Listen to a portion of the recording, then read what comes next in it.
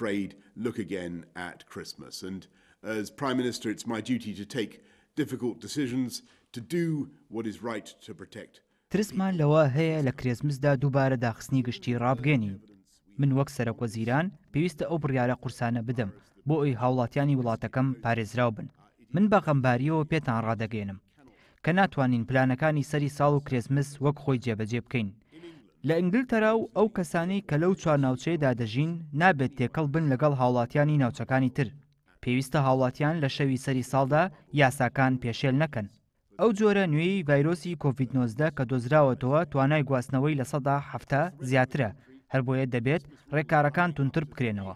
بۆیە بڕیاردرا ئاستی داخستنی گشتی لەو ناوچانە لە پلەی 3 بۆ پلەی 4 بەرز بکرێتەوە. دەبێت دانیشتوانی ئەو ناوچانە هاتوچۆ نەکەن و ناوچەکانیان بەجێ نەهێڵن. There will be no relaxation on the 31st of January, so people must not break the rules at New Year.